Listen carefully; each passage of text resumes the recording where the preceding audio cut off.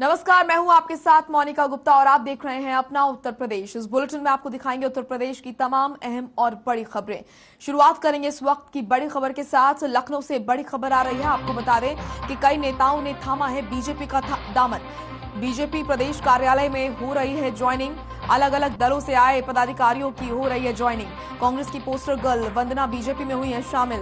BJP joining committee अध्यक्ष करवा रहे हैं ज्वाइनिंग। इस वक्त की ये बड़ी और अहम जानकारी आपके सामने। कई नेताओं ने थामा बीजेपी का दामन। बीजेपी प्रदेश कार्यालय में हो रही है ज्वाइनिंग और अलग अलग दलों से आए पदाधिकारियों की ज्वाइनिंग हो रही है। वहीं कांग्रेस की पोस्टर गर्ल वंदना बीजेपी में शामिल हुई। बीजेपी ज्वाइनिंग कमेटी अध्यक्ष करवा रहे हैं ज्वाइनिंग। तो चुनाव से पहले उथल पुथल का दौर लगातार जारी है। आपको बता दें कि दल बदल का दौर लगातार जारी है। कई नेता जो हैं वो बीजेपी में उनकी ज्वाइनिंग कराई जा रही है और बीजेपी ज्वाइनिंग कमेटी अध्यक्ष करवा रहे हैं ज्वाइनिंग। इस वक्त की ये बड़ी और अहम जानकारी और ये तस्वीरें आपके सामने, जहां पर बीजेपी कार्यालय में ये कार्यक्रम हो रहा। कई दलों के नेता बीजेपी का दामन थामते हुए नजर आ रहे हैं। कांग्रेस की पोस्टर गर्ल वंदना भी बीजेपी में शामिल हुई। तो कई नेताओं ने थामा भारतीय जनता पार्टी का दामन। चुनाव से पहले, मतदान से पहले उथल पुथल का दौर लगातार जारी है। दल बदल का दौर लगातार जारी है और इसी कड़ी में कई नेताओं ने बीजेपी का दामन थामा। कांग्रेस की पोस्टर गर्ल वंदना भी बीजेपी में शामिल हुई। तस्वीरें आप देख रहे हैं पार्टी दफ्तर की, जहां पर बीजेपी कार्यालय में कई नेता यहां पहुंचे। कई दल के नेता जिन्होंने बीजेपी ज्वाइन की। तो चुनाव से ठीक पहले, मतदान से ठीक पहले दल बदल का दौर जारी है। उथल पुथल यहां पर देखी जा रही है। कई नेता जो ऐन वक्त पर अपनी पार्टियों को बड़ा झटका देते हुए नजर आ रहे हैं। कांग्रेस की पोस्टर गर्ल वंदना भी बीजेपी में शामिल हुई। इस वक्त की ये बड़ी और अहम जानकारी लखनऊ से आप तक पहुंचा रहे हैं। आपको बता दें कि कई दलों के नेता बीजेपी में शामिल हुए और पार्टी कार्यालय में वो पहुंचे, जहां पर बीजेपी का दामन उन्होंने थामा।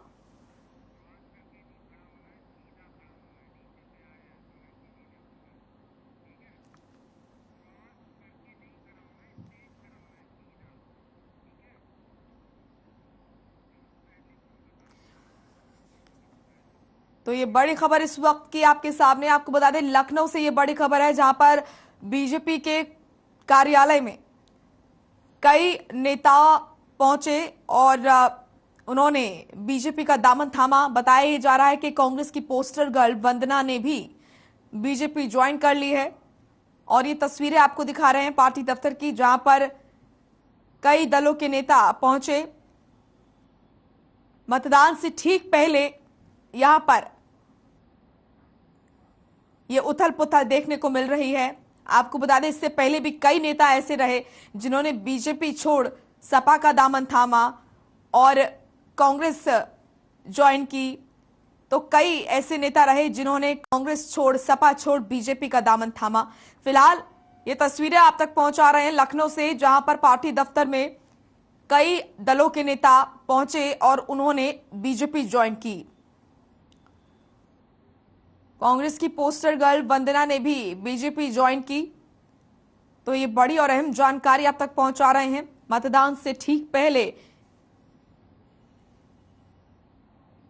कई दलों के नेता पहुंचे भारतीय जनता पार्टी के कार्यालय और उन्होंने बीजेपी का दामन थामा। तो ये बड़ी और अहम जानकारी आपके सामने, जहां पर पार्टी कार्यालय में कई नेता पहुंचे और उन्होंने बीजेपी का दामन थामा। आपको बता दें कि मतदान से ठीक पहले उथल पुथल लगातार जारी है। कई नेता पहुंचे हैं पार्टी कार्यालय, जहां पर उन्होंने बीजेपी ज्वाइन की।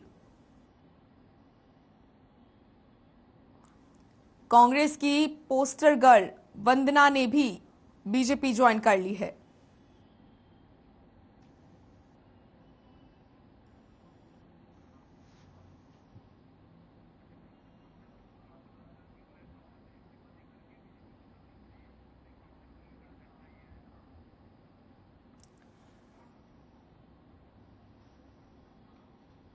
तो चुनाव से ठीक पहले यहां पर कांग्रेस को भी बड़ा झटका लगता हुआ नजर आ रहा है। आपको बता दें कि कांग्रेस की पोस्टर गर्ल वंदना ने कांग्रेस छोड़ बीजेपी का दामन थामा। इसी के साथ कई और दलों के नेता पार्टी दफ्तर पहुंचे जिन्होंने बीजेपी का दामन थामा।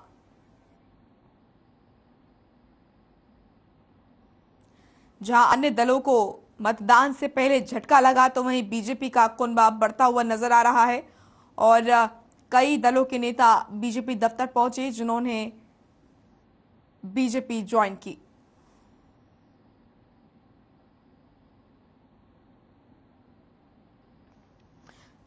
तो लखनऊ से ये तस्वीरें आपके सामने भारतीय जनता पार्टी के कार्यालय की तस्वीरें आप तक पहुंचा रहे हैं जहां पर कई नेता पहुंचे और उन्होंने बीजेपी का दामन थामा। कांग्रेस की पोस्टर गर्ल वंदना ने भी कांग्रेस छोड़ बीजेपी का दामन थामा। ऐसे में ये बड़ा झटका कांग्रेस के लिए।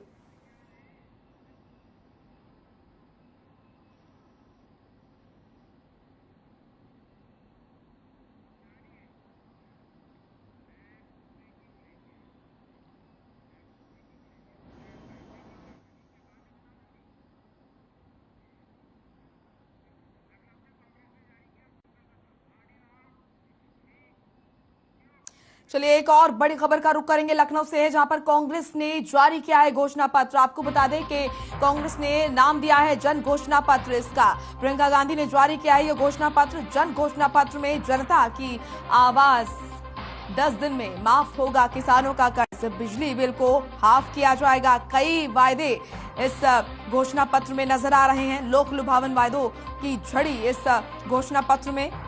महिलाओं को दिए जाएंगे 40% रोजगार।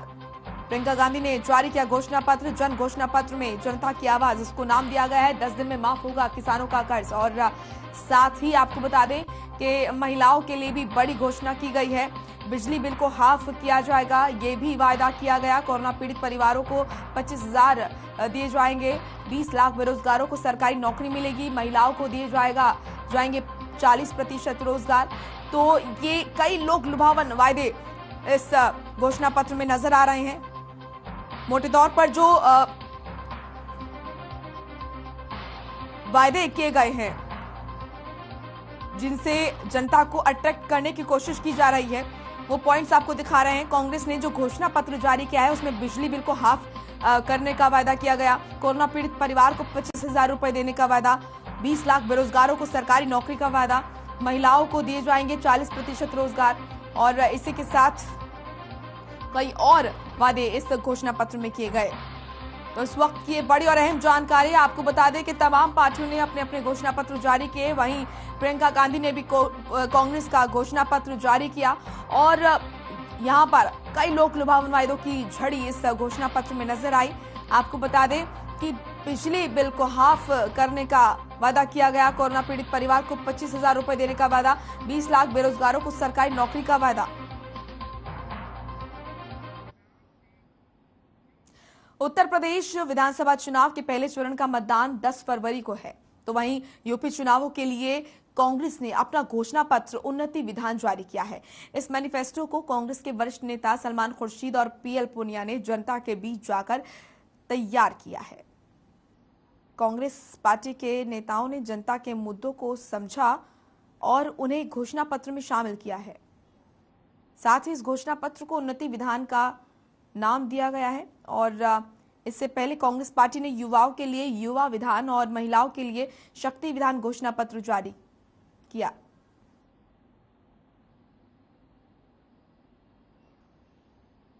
तो कांग्रेस ने अपना घोषणा पत्र जारी किया है और इस घोषणा पत्र का नाम उन्नति विधान रखा गया है। तस्वीरें आपको दिखा रहे हैं। कई तरह के वायदे इस घोषणा पत्र में किए गए हैं और महिलाओं के लिए बड़े वादे और रोजगार को लेकर यहां पर जनता को आकर्षित करने की कोशिश की गई है। इसी के साथ बिजली बिल माफ करने की यहां पर वादा किया गया। कई लोक लुभावन वायदों की झड़ी इस घोषणा पत्र में कांग्रेस द्वारा लगाई गई है। तो घोषणा पत्र जारी किया गया है कांग्रेस द्वारा और प्रियंका गांधी ने यह घोषणा पत्र जारी किया। इसका नाम है उन्नति विधान।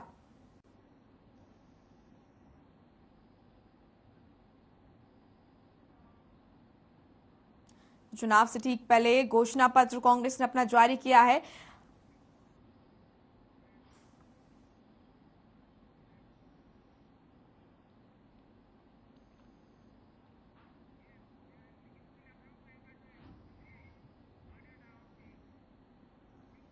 वहीं कांग्रेस महासचिव प्रियंका गांधी वाड्रा ने ट्वीट किया। ट्वीट में लिखा कि बीजेपी को अपने घोषणा पत्र का नाम धोखा पत्र रखना चाहिए। 70 सालों की रट लगाने वाली बीजेपी 5 सालों में अपने घोषणा पत्र को 1/4 वायदे भी नहीं पूरे कर पाई।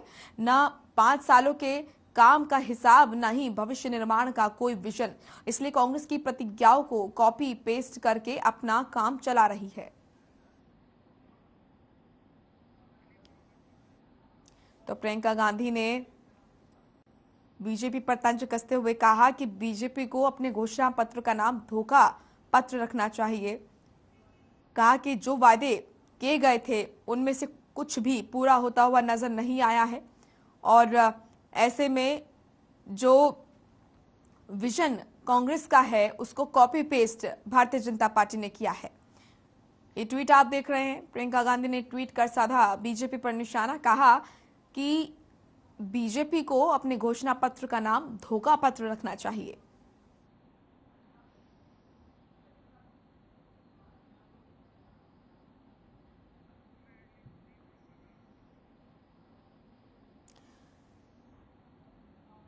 तो प्रियंका गांधी ने ट्वीट कर बीजेपी पर निशाना साधते हुए कहा कि बीजेपी के घोषणा पत्र को धोखा पत्र कहा जाए। बीजेपी को अपने घोषणा पत्र को धोखा पत्र कहना चाहिए। तमाम जो वादे किए गए थे उनमें से कुछ भी पूरा नहीं हुआ है और साथ ही ना ही कोई विजन पार्टी का नजर आया, ना ही कोई काम पूरे हुए हैं। प्रियंका गांधी ने ट्वीट कर कहा कि 5 सालों के काम का कोई हिसाब नहीं दिया गया, ना ही आगे का कोई विजन। इसीलिए कांग्रेस के विजन को copy paste Bharatiya Janata party ने किया।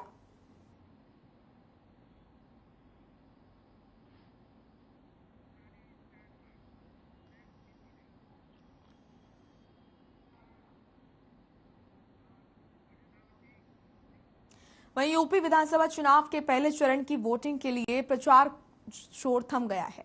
पश्चिमी यूपी और ब्रज क्षेत्र के 11 जिलों की 58 सीटों पर गुरुवार 10 फरवरी को मतदान होगा। बुधवार को पोलिंग पार्टियां बूथों के लिए रवाना हो गई। शाम तक सभी को अपने अपने बूथों पर पहुंचाने से लेकर मतदान से जुड़ी अन्य तैयारियां पूरी कर ली गई। सुरक्षा को मुकम्मल इंतजाम सुरक्षा का किया गया। वहीं आपको बता दें 2.27 करोड़ मतदाता इस चरण में वोटिंग करेंगे। इस चरण में कुल 623 प्रत्याशी हैं। सबसे ज्यादा मथुरा में 15 प्रत्याशी हैं। 10 फरवरी को सुबह 7 बजे से शाम 6 बजे तक मतदान होगा। वहीं मतदान के लिए बुलंदशहर में 1515 मतदान केंद्रों पर 3070 पोलिंग बूथ बनाए गए हैं।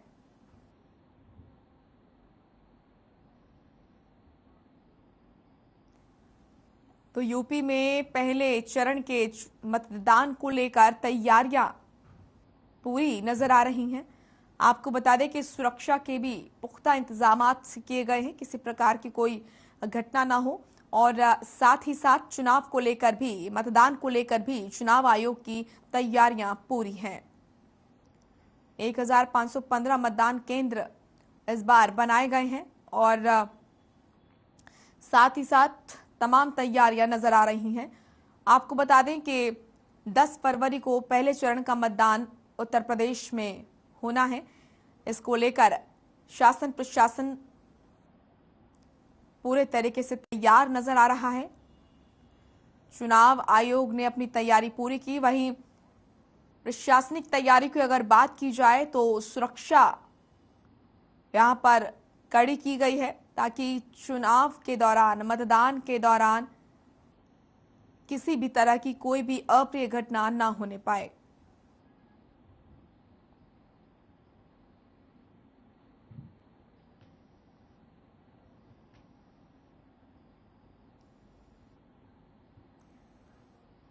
आपको बता दें कि 10 फरवरी यानी कि कल उत्तर प्रदेश में पहले चरण का मतदान होगा और ऐसे में शासन प्रशासन की तैयारियां पूरी हो चुकी हैं। प्रशासनिक तौर पर सुरक्षा की दृष्टि से अगर देखा जाए तो तैयारियां यहां पर पूरी हैं। वहीं चुनाव आयोग ने भी अपनी तैयारियां पूरी की है। पोलिंग बूथ पर सभी तरह की व्यवस्था की गई है। साथ ही साथ मतदाताओं के लिए भी यहां पर इंतजामात किए गए हैं और कोरोना को देखते हुए भी कई तरह की बंदोबस्त वहां पर किए गए हैं। सैनिटाइजर रखा गया है और साथ ही सुरक्षा के भी कड़े बंदोबस्त किए गए।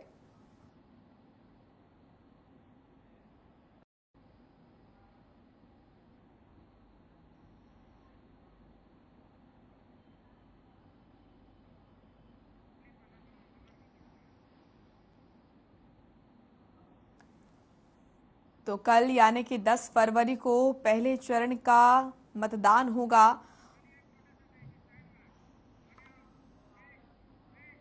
एक छोटे से ब्रेक के लिए रुक रहे हैं, फौरन लौटेंगे।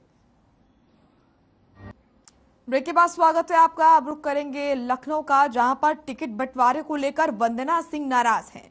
उन्होंने कहा कि मैंने 2 विधानसभा से टिकट मांगा था और 5 सालों से पार्टी की सक्रिय कार्यकर्ता और पदाधिकारी भी हैं।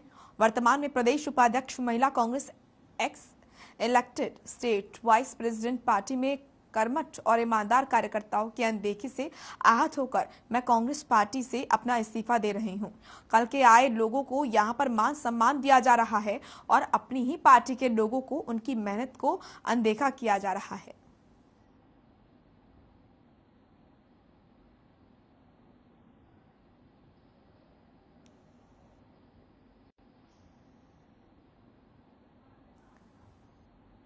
तो कांग्रेस की दूसरी पोस्टर गर्ल वंदना ने कांग्रेस से इस्तीफा दिया। उन्होंने कहा कि पुराने लोगों की पार्टी में अनदेखी की जा रही है और कल के आए लोगों को तवज्जो दी जा रही है। इसी को देखते हुए उन्होंने पार्टी से इस्तीफा दिया। जनपद एटा के अलीगंज 103 विधानसभा क्षेत्र के बीएसपी प्रत्याशी जुनैद मियां पर जनसंपर्क के दौरान जानलेवा हमला हुआ। वहीं बीएसपी ने समाजवादी पार्टी के प्रत्याशी रामेश्वर सिंह यादव पर जानलेवा हमला कराने का आरोप लगाया है। दरअसल बोलेरो में सवार होकर 5 आरोपियों ने जुनैद मियां पर हमला किया और मौके से हुए फरार होने की कोशिश की। वहीं 3 आरोपी मौके से फरार हो गए, पर बीएसपी पार्टी के समर्थकों ने 2 आरोपियों को पकड़ लिया और बड़ी घटना होने से बचा लिया।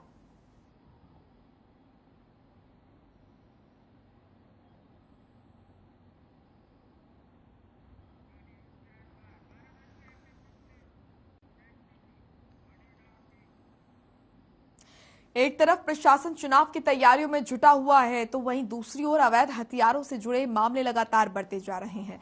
विधानसभा चुनाव से महज कुछ दिनों पहले यूपी के बाराबंकी में पुलिस ने अवैध हथियार बनाने की फैक्ट्री का खुलासा किया था।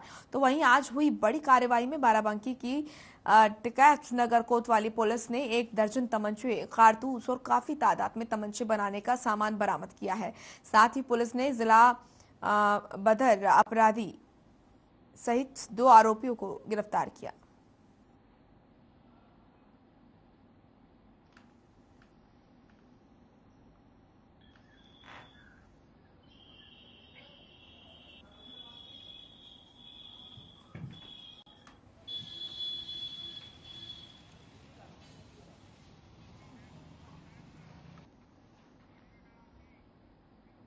वहीं आजमगढ़ में अपराधियों का सिलसिला लगातार जारी है। आपको बता दें कि यहां पर अपराध लगातार होते हुए नजर आ रहे हैं। मामला शहर थाना क्षेत्र का है, जहां पर एक दलित परिवार की नाबालिग लड़की के साथ गांव के ही 2 लड़कों ने दुष्कर्म किया। जानकारी के अनुसार लड़की अपनी मां के काम में हाथ बटाकर खेत से घर वापस लौट रही थी, तभी रास्ते में मौका देखकर लड़कों ने इस घटना को अंजाम दिया। वहीं घटना की खबर मिलते ही पीड़िता के परिवार में हड़कंप मच गया। सूचना पर पहुंची पुलिस ने पीड़ित परिवार को आश्वासन देते हुए कार्रवाई की बात कही। पीड़ित की मां ने 2 लोगों के खिलाफ नामजद मुकदमा भी दर्ज कराया। फिलहाल पुलिस मामला दर्ज कर आगे की कार्रवाई में जुट गई है।